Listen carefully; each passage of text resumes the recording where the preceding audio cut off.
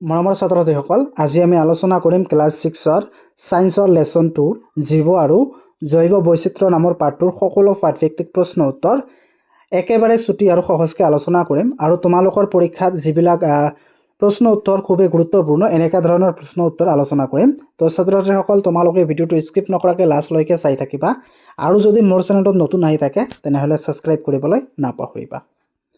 তো মই অসমীয়া আৰু ইংৰাজী মাধ্যম দুয়োটা মাধ্যমতে মই কুৱেশ্যন এনচাৰবিলাক তোমালোকক দিম। তো তোমালোকে প্ৰথম ভাগত পাবা অসমীয়া, তাৰপিছত ইংৰাজী মিডিয়ামৰ প্ৰশ্ন উত্তৰৰ কাৰণে তোমালোকে ভিডিঅ'টো 15 মিনিট 50 ছেকেণ্ড স্কিপ কৰি দিয়া। তো তোমালোকে ভিডিঅ'টো লাষ্টলৈকে চাই থাকিবা। তো ইয়াৰ অনুশীলনীত 1 নম্বৰত কি কৈছে, শুদ্ধ উত্তৰৰ গলটো সম্পূৰ্ণকৈ পূৰ কৰা। তো ইয়াত 4টা অপশ্যন আছে, ইয়াৰ ভিতৰত যেটো শুদ্ধ এইটো তোমালোকক পূৰ কৰিব দিছে। তো ইয়াৰ 1 নম্বৰ কোৱেশ্যনত কি কৈছে, তলৰ কোনটো প্ৰক্ৰিয়াত পখিলাই উদ্ভিদক সহায় কৰে। তো ইয়াত 4টা অপশ্যন আছে। তো ইয়াৰ ভিতৰত অপশ্যন সি টো শুদ্ধ হ'ব, প্ৰজনন। তো তোমালোকে সি বিত্তটো ভালদৰে পূৰ কৰি দিবা। পূৰ কৰি দিবা। তাৰ পিছত 2 নম্বৰত কি কৈছে, 2 নম্বৰ কোৱেশ্যনত ডালিম গছ এবিধ কি, ডালিম গছ তোমালোকক কি জাতীয় উদ্ভিদ তোমালোকক ক'ব লাগে। তো ডালিম গছ এবিধ কি, গুল্ম জাতীয়। ডালিম গছ গুল্ম জাতীয়। তোমালোকে বি বিত্তটো ভালদৰে পূৰ কৰি দিবা। তাৰ পিছত 3 নম্বৰত কি কৈছে, তলৰ কোনবিধ জলজ উদ্ভিদ নহয়।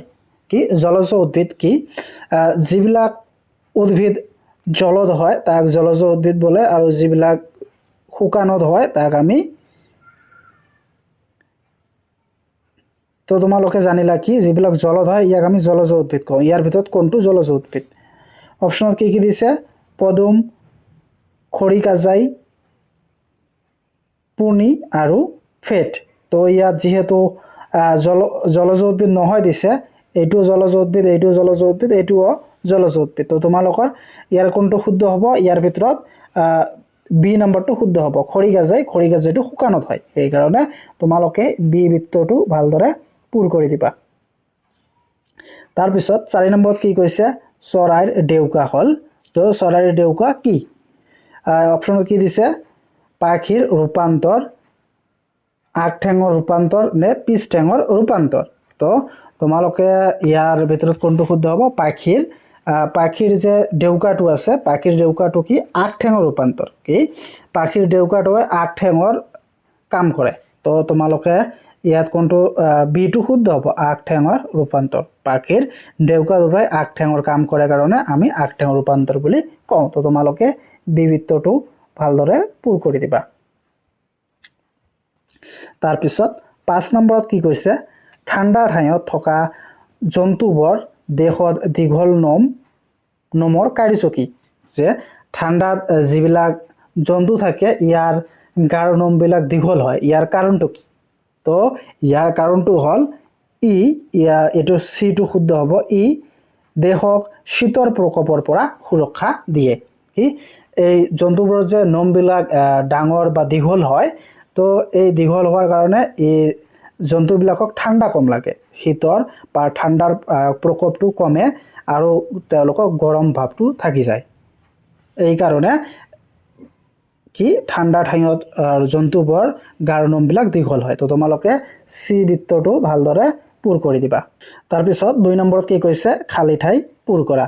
তো ইয়াৰ 1 নম্বৰৰ কুৱেশ্যনটোত কি কৈছে, বীজপত্ৰ দেশৰ ভিতৰত থাকে। তো ইয়াৰ উত্তৰত তোমালোকে কি লিখিবা, বীজপত্ৰ বীজৰ ভিতৰত থাকে। খালী ঠাইত কি লিখিবা, বীজৰ ভিতৰত থাকে। তাৰপিছত 2 নম্বৰত কি কৈছে, জালৰ দৰে শিৰাবিন্যাস ডেশ উদ্ভিদৰ চৰিত্ৰ। তো ইয়াৰ খালী ঠাইত কি লিখিবা, দ্বিবীজপত্ৰী। জালৰ দৰে শিৰাবিন্যাস দ্বিবীজপত্ৰী উদ্ভিদৰ চৰিত্ৰ। তাৰপিছত 3 নম্বৰত কি কৈছে, উটৰ কোষ্ঠত ডেশ জমা হৈ থাকে। তো তোমালোকে জানা উটৰ যে কোষ থাকে, মানে উটৰ যে এই কি ডিঙিৰ ওপৰত যে এটা কোষ হৈ থাকে, এটা ওখ হৈ থাকে, ইয়াত কি জমা হৈ থাকে, ইয়াত চৰ্বি জমা হৈ থাকে। উটৰ কোষ্ঠত চৰ্বি জমা হৈ থাকে। এই চৰ্বিটো জমা হৈ থকাৰ কাৰণে উটে বহুত দিন পানী নোখোৱাকৈ জীয়াই থাকিব পাৰে এই মাত্ৰ এই কুজত চৰ্বিটো থকাৰ কাৰণে। তাৰপিছত 4 নম্বৰত কি কৈছে পৰ্বতীয়া অঞ্চলৰ গছৰ আকৃতি দেশৰ দৰে কি পৰ্বতীয়া গছৰ আকৃতিৰ শংকুৰ দৰে তোমালোকে শংকুটো চিনি পোৱা এনেকা শংকুৰ দৰে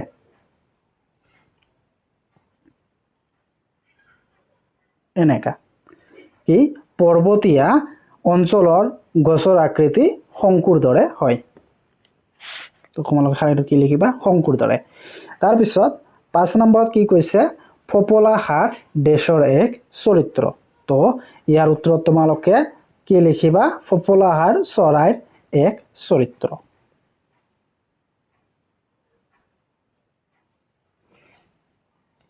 তাৰপিছত 3 নম্বৰত কি কৈছে চমু উত্তৰ লিখা ইয়াৰ ক নম্বৰ কোৱেশ্চনত কি কৈছে আৱাসস্থল কাক বোলে তো ইয়াৰ উত্তৰত তোমালোকে লিখিবা তো ইয়াৰ উত্তৰত লিখিবা যি ঠাইত জীৱ জন্তু আৰু উদ্ভিদ জীয়াই থাকে তাকে আৱাসস্থল বোলে। তো তোমালোকে জানিলা কি যি ঠাইত জীৱ জন্তু আৰু উদ্ভিদ জীয়াই থাকে তাকে আৱাসস্থল বোলে। যেনেকৈ ধৰা তোমাৰ গাঁওখনত তাত জীৱ জন্তু আৰু উদ্ভিদ দুয়োটাই আছে এই ঠাইখনকে আমি আৱাসস্থল বুলি কওঁ।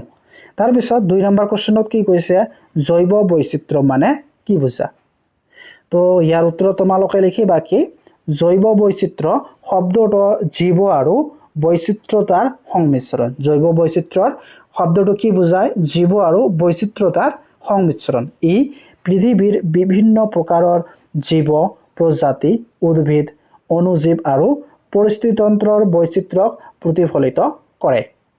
কি কৰে এই জৈৱ বৈচিত্ৰ্যই বিভিন্ন ধৰণৰ জীৱ প্ৰজাতি উদ্ভিদ অনুজীৱ আৰু পৰিস্থিতিতন্ত্ৰৰ বৈচিত্ৰ্যক প্ৰতিফলিত কৰে।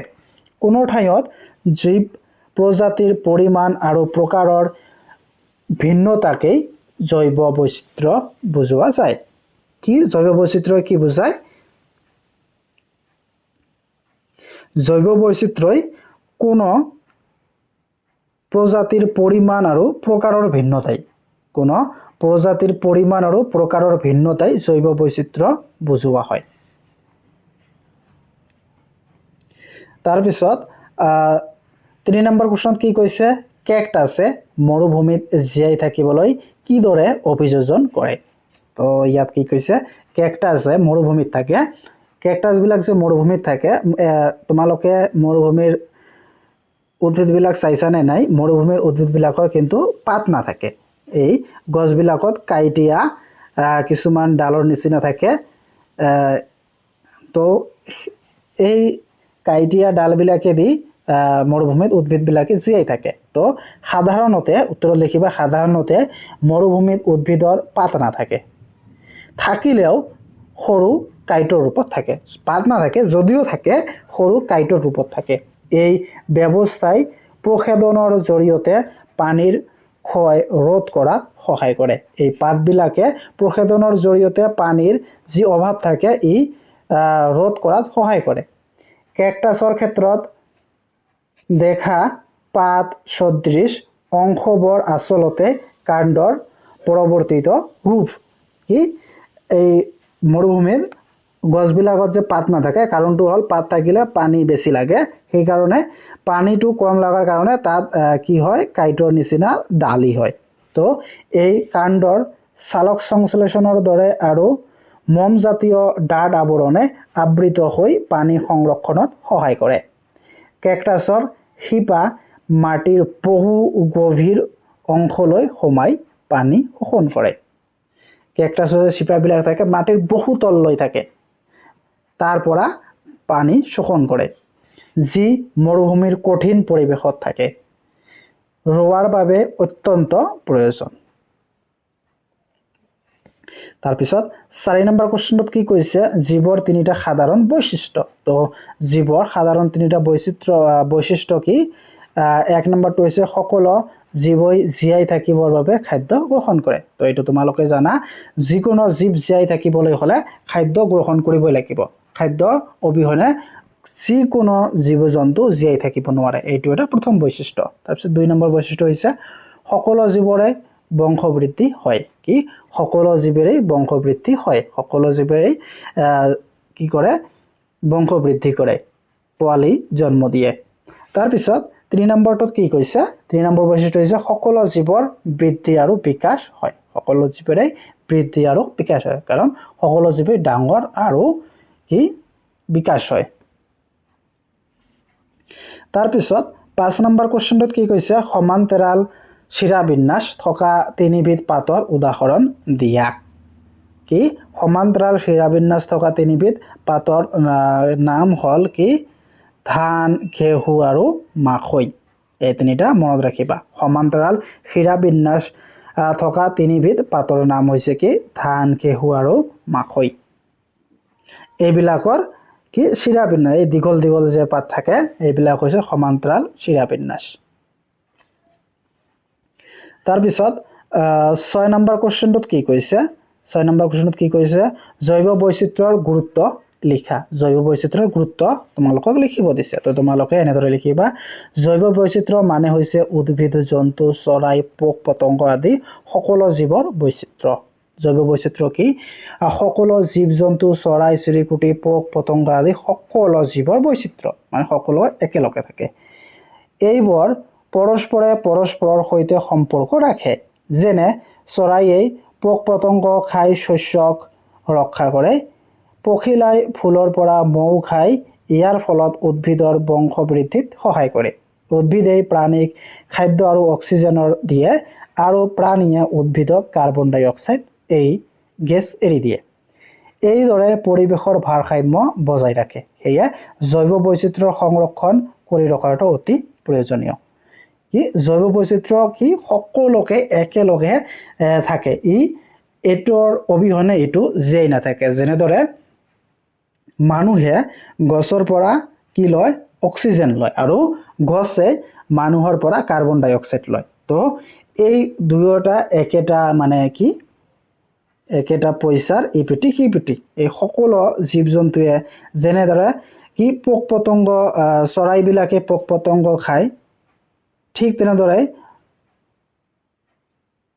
চৰাইয়ে পোক পতংগ খাই শস্যক ৰক্ষা কৰে আৰু পখিলাই ফুলৰ পৰা মৌ খাই ইয়াৰ ফলত উদ্ভিদৰ বংশ বৃদ্ধিত সহায় কৰে তো এইজনে সিজনৰ মানে ইপিটি সিপিটি নহলে জীয়াই থাকিব নোৱাৰে তো এইটো হল জৈৱ বৈচিত্ৰ্যৰ গুৰুত্বপূৰ্ণ বা বৈশিষ্ট্য এইটো কি জৈৱ বৈচিত্ৰ্যৰ গুৰুত্ব তাৰ পিছত 7 নম্বৰ কোৱেশ্চনত কি কৈছে চৰাই জৈৱ বৈচিত্ৰ্যৰ এক প্ৰয়োজনীয় অংশ ব্যাখ্যা কৰা চৰাই যে জৈৱ বৈচিত্ৰ্যৰ এক প্ৰয়োজনীয় কি বৈচিত্ৰ্য এটা তোমালোকে জানা চৰাইবোৰ পৰ্যাবৰণ আৰু জৈৱ বৈচিত্ৰ্যৰ বাবে অতি গুৰুত্বপূৰ্ণ চৰাইবোৰে পথাৰত পোক পতংগ খাই কৃষকক সহায় কৰে আৰু শস্য ৰক্ষা কৰে চৰাইবিলাকে কি কৰে কৃষকৰ পোক পতংগবিলাক খাই কি খেতি ৰক্ষা কৰে ইয়াৰ ফলত চৰাইয়ে ফুলৰ পৰা মধু খোৱাৰ সময়ত পৰাগ সঞ্চালন কৰে যাৰ ফলত উদ্ভিদৰ বংশ বৃদ্ধি হয় ইয়াৰ উপৰি চৰাইবোৰে ফল খায় আৰু গুটিসমূহ মাটিত ছটিয়াই দিয়ে যাৰ ফলত নতুন গছপুলি হয় চৰাইবিলাকে যে এই ফল মূলবিলাক খায় ইয়াৰ গুটিবিলাক চৰাইবিলাকে চিচুৰি দিয়ে বা ছটিয়াই দিয়ে ইয়াৰ ফলত নতুন গছ-গছনি গজি উঠে গছত বাহ সাজি থাকে চৰাইয়ে পোক পতংগৰ সংখ্যা নিয়ন্ত্ৰণ কৰি ৰাখে এইদৰে চৰাইয়ে পৰিৱেশৰ ভাৰসাম্য বজাই ৰাখে সেইবাবে চৰাইবোৰ জৈৱ বৈচিত্ৰ্যৰ এক গুৰুত্বপূৰ্ণ বা প্ৰয়োজনীয় অংশ তাৰ পিছত 4 নম্বৰত কি কৈছে শুদ্ধ নে অশুদ্ধ লিখা তো ইয়াৰ 1 নম্বৰত কি কৈছে সকলো বৰ পতংগই আমাৰ বাবে অপকাৰী তো এইটো অশুদ্ধ তোমালোকে গম পাই আহিলা কি পতংগবিলাক আমাৰ বাবে উপকাৰী তাৰ পিছত 2 নম্বৰত কি কৈছে চৰাইয়ে অৰণ্য বিস্তাৰত সহায় কৰে এইটো শুদ্ধ হ'ব তাৰ পিছত 3 নম্বৰত কি কৈছে পৰিৱেশৰ সকলো জীৱৰ মাজত কোনো ধৰণৰ পৰস্পৰ সম্পৰ্ক নাই এইটো অশুদ্ধ হ'ব তাৰপিছত 4 নম্বৰত কি কৈছে জৈৱ বৈচিত্ৰ্যৰ অৱক্ষয়ে পৰিৱেশত প্ৰভাৱ পেলায় এইটো শুদ্ধ হ'ব তাৰপিছত 5 নম্বৰত কি কৈছে অতিপাত ঠাণ্ডা ঠাইত কোনো জীৱই জীয়াই থাকিব নোৱাৰে এইটো অশুদ্ধ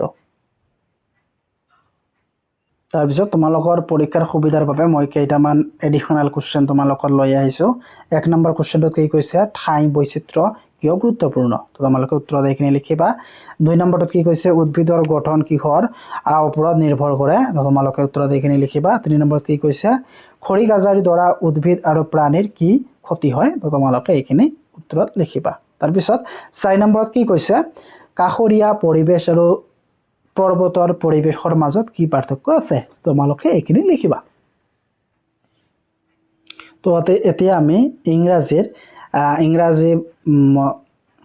আমি ইংৰাজী মাধ্যমৰ প্ৰশ্ন উত্তৰবিলাক আলোচনা কৰিম তো 1 নম্বৰত কি কৈছে ডাৰ্কেন the circle of correct answer তো কাৰেক্ট শুদ্ধ উত্তৰৰ বৃত্তটো তোমালোকক পূৰ কৰিব কৈছে তো 1 নম্বৰ প্ৰশ্নত কি কৈছে বাটাৰফ্লাইজ হেল্প প্লান্ট ইন তো ইয়াৰ ভিতৰত কোনটো শুদ্ধ হ'ব অপচন সি টো শুদ্ধ হ'ব ৰিপ্ৰডাকশন তো তোমালোকে সি বৃত্তটো এনেদৰে ভালদৰে পূৰ কৰি দিবা তাৰপিছত 2 নম্বৰত কি কৈছে পমগ্ৰেনেট প্লান্ট ইজ তো ইয়াৰ ভিতৰত কোনটো শুদ্ধ হ'ব শাৰ্প তোমালোকে বি বৃত্তটো ভালদৰে পূৰ কৰি দিবা তাৰপিছত 3 নম্বৰত কি কৈছে which of the following is not aquatic plant তো ইয়াৰ ভিতৰত কোনটো শুদ্ধ হ'ব তো ইয়াৰ ভিতৰত কি বি টো শুদ্ধ হ'ব তোমালোকে বি বৃত্তটো ভালদৰে পূৰ কৰি দিবা তাৰপিছত 4 নম্বৰত কি কৈছে the wings of birds are তো ইয়াৰ কোনটো শুদ্ধ হ'ব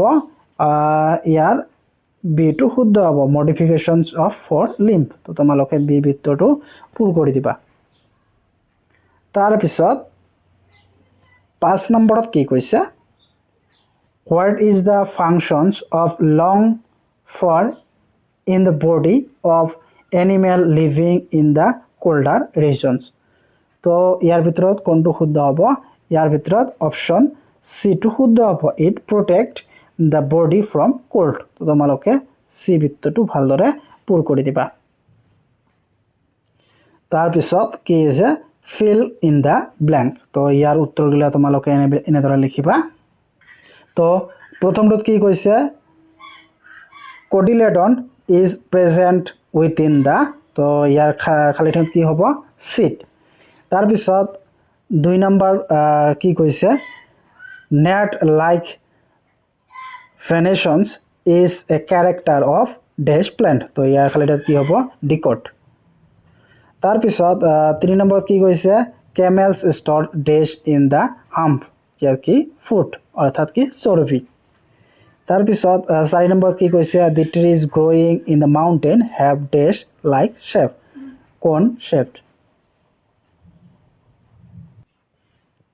তাৰপিছত 5 নম্বৰত কি কৈছে hollow bone is the character of dash তো খালি কি লিখিবা bird তাৰপিছত 3 নম্বৰত কি কৈছে give short answer তো ইয়াৰ 1 নম্বৰ কোশ্চেনত কি কৈছে what is the called habitat তো ইয়াৰ উত্তৰ তোমালোকে লিখিবা habitat is the natural place where an organism lives and gets food and shelter তাৰপিছত 2 নম্বৰ কি কৈছে what is the biodiversity তো ইয়াৰ উত্তৰত এনসাৰত তোমালোকে লিখিবা biodiversity means the variety of different type of living organisms in an environment তাৰপিছত 3 number কোশ্চেনত কি কৈছে how cacti are adapt to live in desert তো ইয়াৰ উত্তৰত কি লিখিবা cacti have spinous instinct of live to reduce water loss